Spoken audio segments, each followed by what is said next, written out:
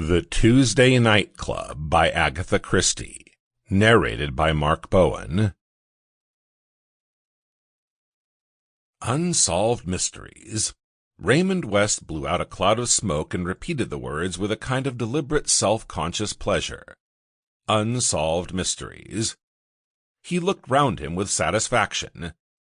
The room was an old one with broad black beams across the ceiling, and it was furnished with good old furniture that belonged to it. Hence Raymond West's approving glance.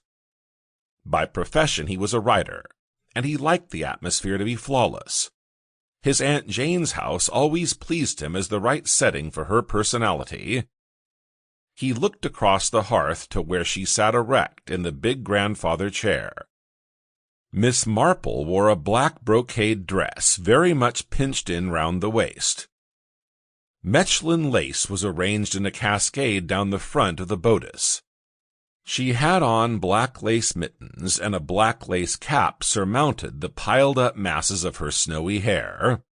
She was knitting, something white and soft and fleecy.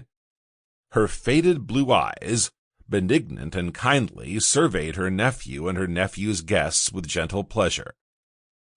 They rested first on Raymond himself, self-consciously debonair, then on Joyce Lemprière, the artist, with her close-cropped black head and queer hazel-green eyes, then on that well-groomed man of the world, Sir Henry Clithering. There were two other people in the room, Dr. Pender, the elderly clergyman of the parish, and Mr. Petherick, the solicitor, a dried-up little man, with eyeglasses which he looked over and not through.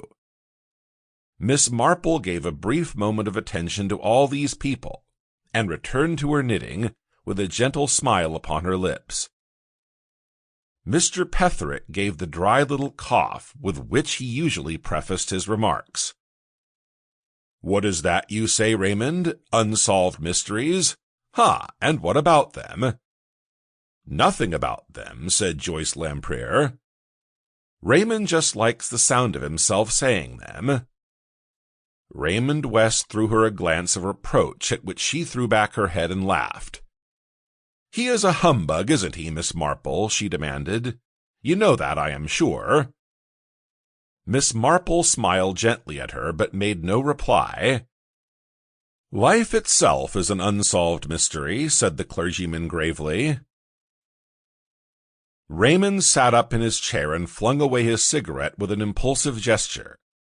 "That's not what I mean. I was not talking philosophy." Sample complete. Ready to continue?